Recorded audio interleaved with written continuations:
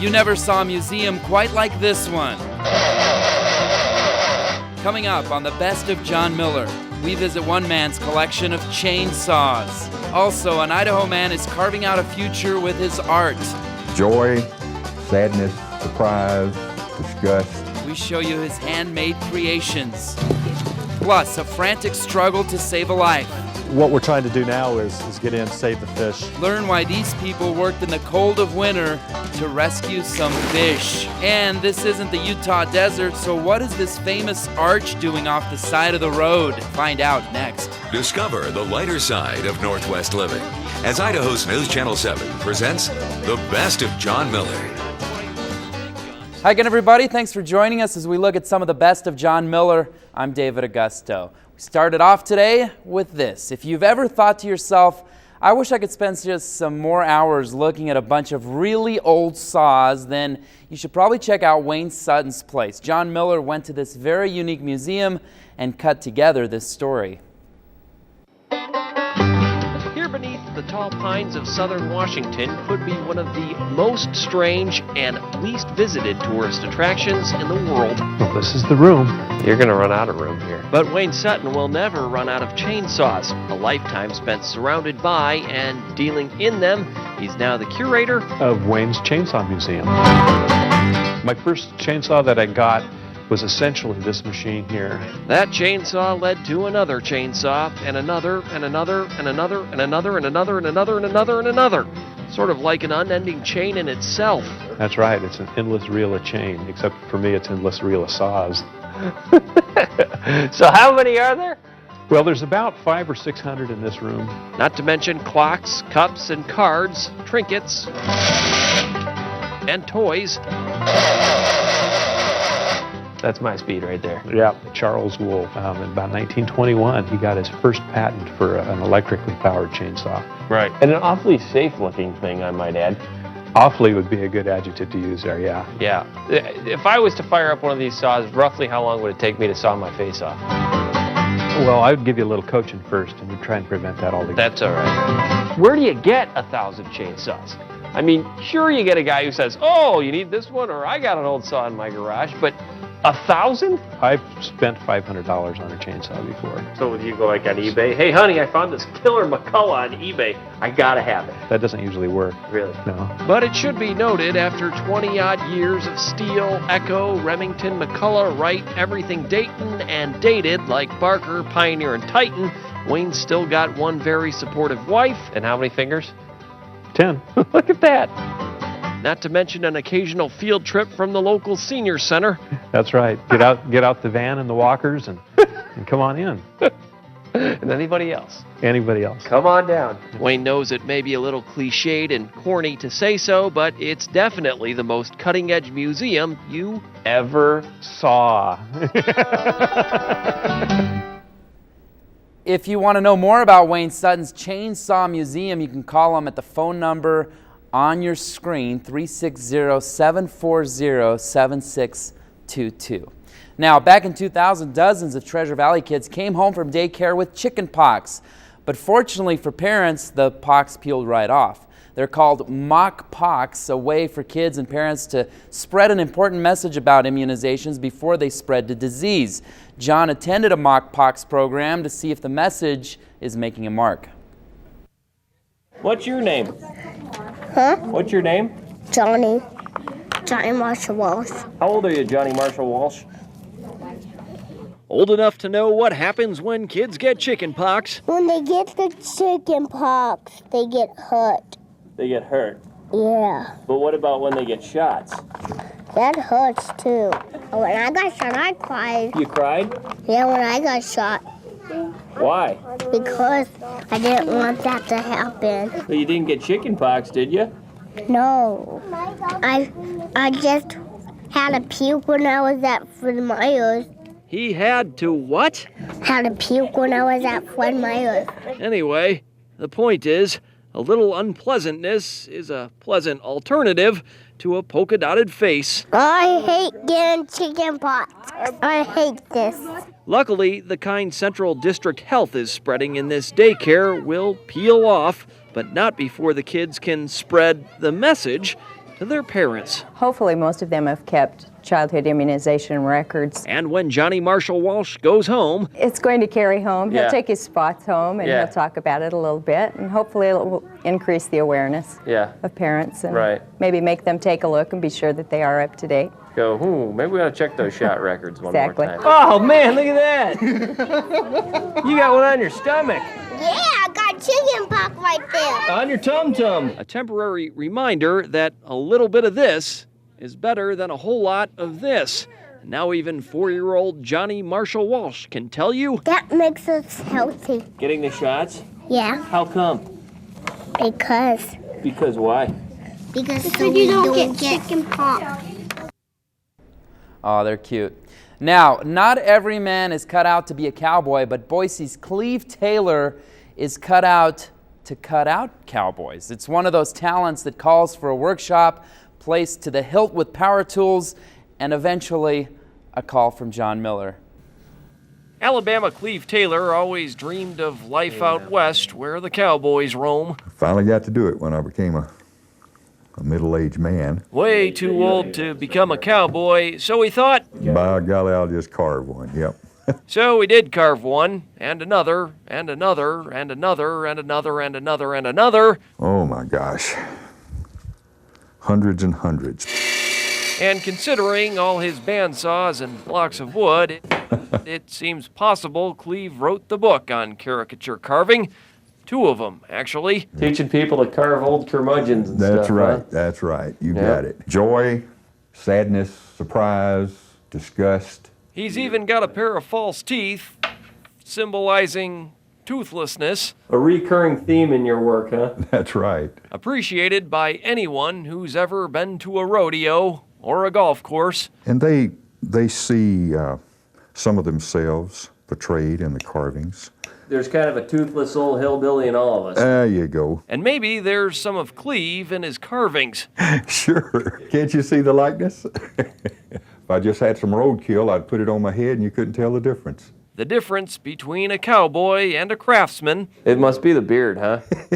The beard and the eyes. Or perhaps the sarcasm, the defining line carved time and time and time again in the many faces of Cleve Taylor.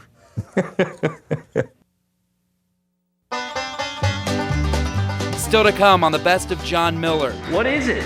Solving the mystery of a pretty big pipe once up for sale on the side of the freeway. And next, smoothing things out at the MK Nature Center. In the last day and a half, I think we've had 5 or 6 fall in. After the facility was attacked by vandals.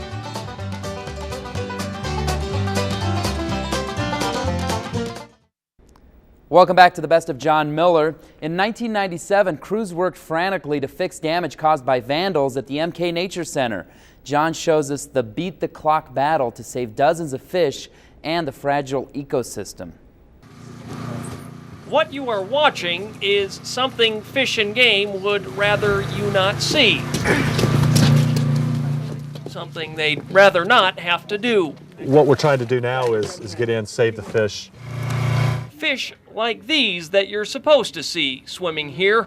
Now, when you look in these windows, you see people like Terry Thompson playing nature's version of Beat the Clock. Yeah, it's getting definitely close to 0 hour. We've taken the pond down now to a level that won't allow us to hold the fish too much longer. Lake trout and a rainbow, so both of those can go in the lower pond. Which is why they're hurrying to get the dozens still in this pond to deeper waters. It's almost like cleaning out your aquarium, only this one you have to climb into. A job not without its funny moments. We haven't had anybody fall in the pond in the last 7 years, and in the last day and a half, I think we've had 5 or 6 fall in. 7 now, huh? Yeah. Meantime, that broken window has been replaced, but won't be ready for a few days. So, with nets and waders, gas-powered pumps, even bare hands, Whatever you got. the race goes on. You know, we've kind of prided ourselves out here in that we don't handle the fish a lot, and the fish can pretty much act natural. Well, this isn't too natural. But they press on, putting their faith in the very words they teach here, trying to preserve this little piece of nature while tallying the cost of one vandalist strike against it.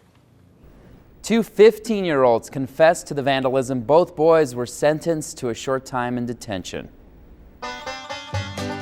Frankly, my dear, I don't give a...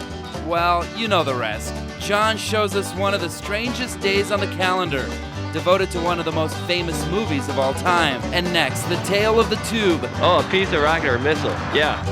Find out how this piece of pipe ended up for sale when the best of John Miller continues.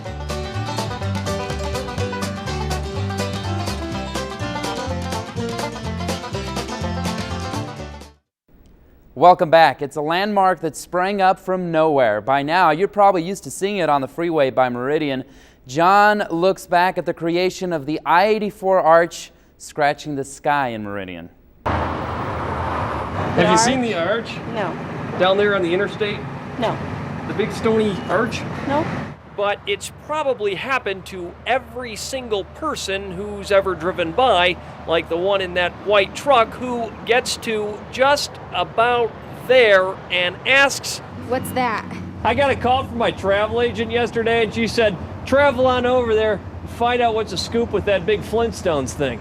It's a replica of Delicate Arch from Arches National Park. It looks exactly like down there in Utah in the Arches. Except the one in Utah is probably a little more solid, and it probably doesn't have a miniature golf course running through it. And it's just a prop. Designer and coordinator Richard Budge doesn't even need billboards to advertise the future fun park. It probably raises a lot of curiosity. Yeah, better than any neon sign you could build. We have a batting cage, miniature golf, go-kart track, bumper boat pond. And, of course, the arch.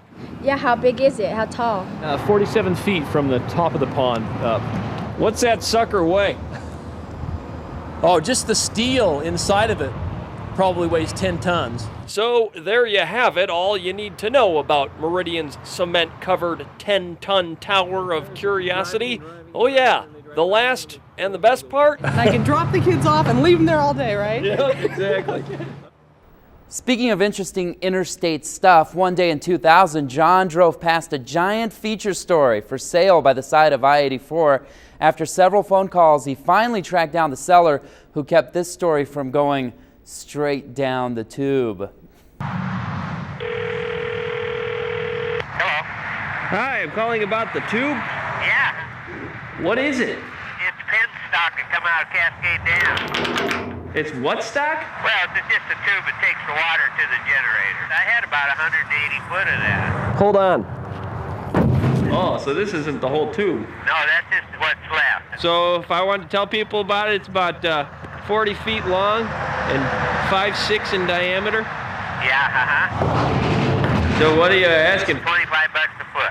25 bucks a foot? Yeah. Times 40? That's about $1,000. Yeah, right. A real steal, says seller John Rowe. The wheels come included? For an extra price, yeah. Well, how much are the wheels? Oh, probably 400 for the wheels. 1, 2, 3. So, like, say I buy this thing. What am I supposed to do with it? Use it for a culvert or something. A culvert or something? Yeah, or make the underground house. An underground house? Bomb shelter. Bomb shelter's not bad. Oh. Tell everybody it's a piece of rocket, a missile to go to the moon. Oh, a piece of rocket or a missile. Yeah. This thing looks like something straight out of NASA. And you'll take any offer, huh? Oh, I'm always open for offers. I didn't say I'd take it, but... A wheel and deal, huh? Yeah, wheel and deal. Not a bad piece of pipe as pipes go, I guess. Yeah, it's good pipe. Yeah. All righty. Good luck to you. Talk to you later. All righty. Good luck. Bye. Thanks. All righty. John Rowe says he moved the pipe to Caldwell after our story aired, and it finally sold several months later. The pipe, get this, is now buried underground, used for drainage outside a Meridian hotel, and it's sold for around $800. Move over Valentine's Day. I wish it was every day. Coming up, John shows us some holidays so obscure they might not even appear on your calendar. And next, this isn't exactly the story of a cat on a hot tin roof. It's actually the tale of a cat under a hot power line. A wire about 6 inches above his back that is 7,200 volts. Find out how it got down when the Best of John Miller continues.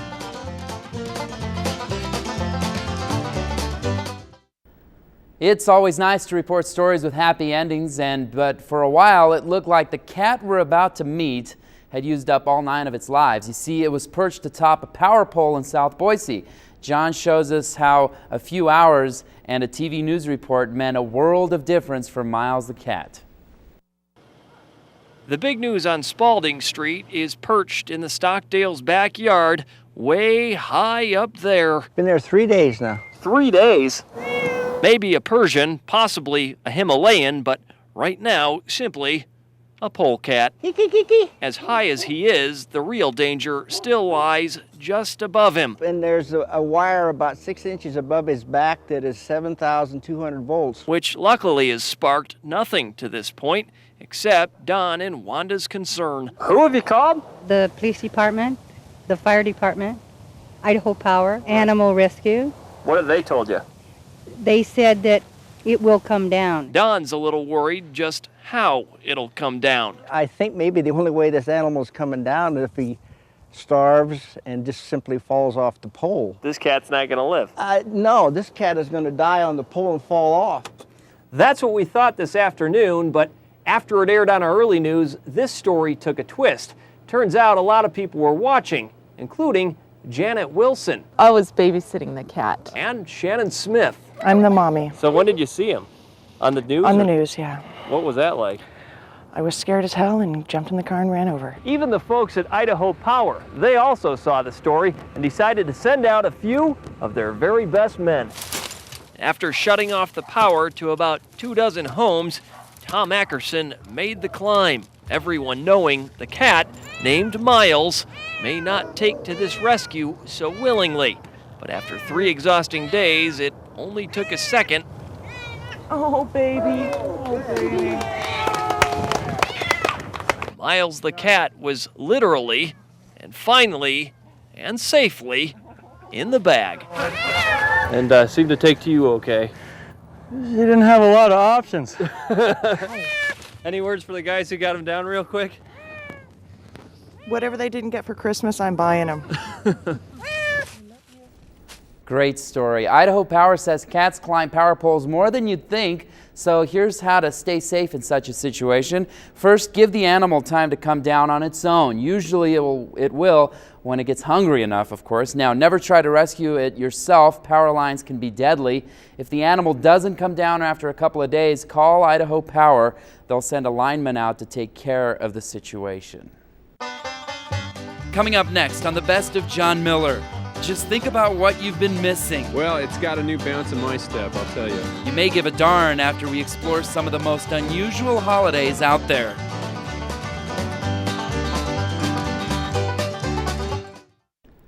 Welcome back, everybody. Leave it to John Miller to find something about February 1st you didn't know about. And you probably don't care about either. In fact, according to John's book of little-known holidays and celebrations, you're not supposed to care at all. Here's why. Every time we go downtown and open our book of useless holidays, we almost get in trouble, especially on this holiday. Are we allowed, do you think, to say, frankly, I don't give a in the 5 o'clock news? I wouldn't. Brett, please don't say that. Frankly, I don't give a day.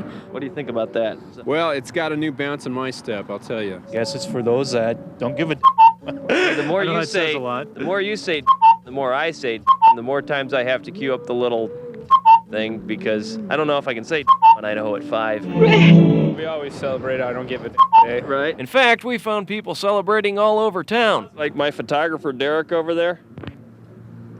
He didn't give a about the story, so he went and got lunch. Well, I don't give a about the book. I'm going to the bank. Okay. There have been more popular useless holidays. Remember when we did that International Frustration Day? Everybody loved that day. Of course, National Pantyhose Day left them a little uncomfortable. But frankly, I don't give a day. I wish it was every day. Did you see the movie? Not that I can remember, no. Says it's Clark Gable's birthday. You remember him? The Rhett Butler. Yeah. Oh, yeah. What was the gal's name again? I can't remember. Scarlett. Scarlett. Frankly, Scarlett, I don't give a I didn't get to ask the question. Oh, Rhett. You go. Where shall I go? Whatever shall I do? Frankly, my dear. I don't give it. John's hoping for even bigger and better things later in February, including World Shovel Race Day. And you thought February was just for Valentines and groundhogs. Is it science or magic? Finally from us tonight, John shows us an exhibit at the Discovery Center that combines the two. At the Discovery Center of Idaho, they have all kinds of amazing exhibits, but roll out a bed of nails and kids will flock to it like it's a bed of nails. Probably gonna kill himself. He is John Bernardo. What do you know about bed of nails? I know a lot. And he's out to make a point. There are about 300 of them. Wow, real sharp. Give it a try, and they are very sharp. It popped. You just have to believe. I'm going to lie on a bed of nails, and then I'm going to put this heavy concrete block on my chest just because I'm silly. Just because he's silly. Feel good? And then they're going to take a sledgehammer and see if they can't break the block while it's on my chest while I'm lying on a bed of nails. Like it was. And you're wondering, what's John Bernardo thinking? Pressure equals force over area. The kids were thinking something else. He's crazy. Wondering, Are he gonna rip his pants? Crazy, crazy, crazy. now we promise not to show the actual moment on TV, but we can tell you this. The cinder blocks didn't survive. Did John? You'll have to wait and see. We know for a fact he survived. That'll do it for this week. We'll see you again next week as we look at more of the best of John Miller. See ya.